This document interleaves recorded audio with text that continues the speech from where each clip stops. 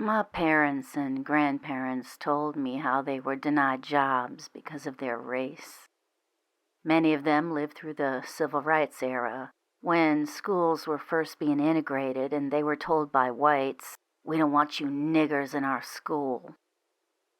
They were called monkeys and other derogatory names, being treated less than human.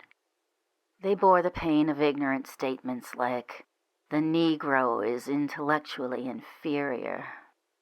Some of them actually believed it until the civil rights movement and the rise of black empowerment groups worked to restore the dignity and pride in being black.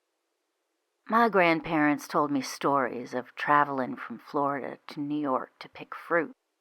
They said they would pack food for their trip because many restaurants and stores would not serve them food because they were black. They told stories of how they couldn't drink from the same water fountains as whites. If a white man addressed you, you couldn't look him in the face or assert yourself. My great-grandmother told me a story about how her dad's brother was sold to another plantation in Georgia, and he never saw his family again. There was such loss, grief, and fear that affected our family generationally. I experienced a handful of whites in my elementary school along with white teachers.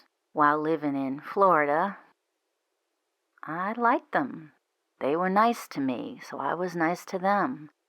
However, my school in upstate New York, which was predominantly white, caused my sister and I to feel a little odd as 2 of the 4 blacks who attended the school.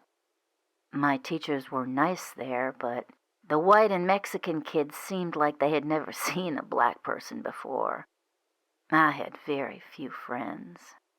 I remember in an after-school program, an older Mexican boy walked up to me and asked for my hand. He bent my fingers so far back until I cried.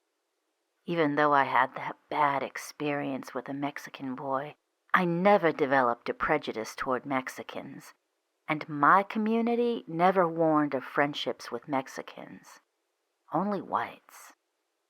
I remember my family car breaking down in a parking lot in southern Maryland. A car full of white boys saw us and started circling our van, yelling, "Niggers, niggers, niggers." Oh, God. My grandfather got his shotgun ready because that is the way we lived, ready to take on a white person.